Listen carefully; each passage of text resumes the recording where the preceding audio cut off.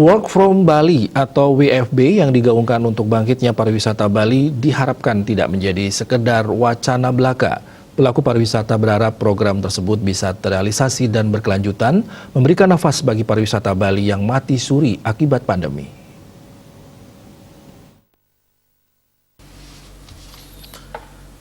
Salah seorang CEO perusahaan manajemen hotel dan villa di Bali, Nyoman Sudirga Yusa, mengatakan WFB yang dicanangkan pemerintah pusat lewat Menteri Maritim dan Investasi perlu direalisasikan dan dapat diterjemahkan oleh semua lembaga di pemerintahan baik pusat dan daerah.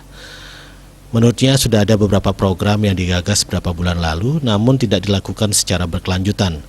Tentu ini menjadi pertanyaan bagi semua pelaku industri pariwisata Indonesia khususnya di Bali yang menghadapi badai paling hebat secara ekonomi di tengah pandemi COVID-19. Pihaknya berharap program-program lainnya dapat diimplementasikan secara luas dan berkelanjutan untuk menciptakan situasi ekonomi yang lebih baik bagi Bali. Hal senada juga diungkapkan oleh pengelola resort di kawasan Ubud, Iwayan Parke. Dia mengaku pihaknya butuh kepastian akan terlaksananya program ini. Pembatasan yang sebelumnya berlaku diharapkan bisa dibuka dan mengizinkan masyarakat luar Bali untuk bisa WFB dengan tetap menerapkan prokes.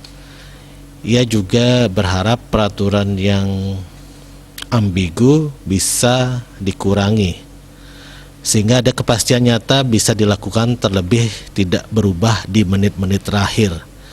Disinggung soal kesiapan dari sisi pengelolaan resort, Parke mengatakan sudah sangat siap dari jauh sebelumnya, baik itu untuk sertifikasi CHSE, penerapan protokol kesehatan, vaksinasi, dan SOP lainnya.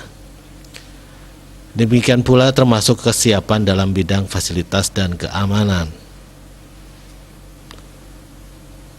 Widya Stuti, Bisnis Bali melaporkan.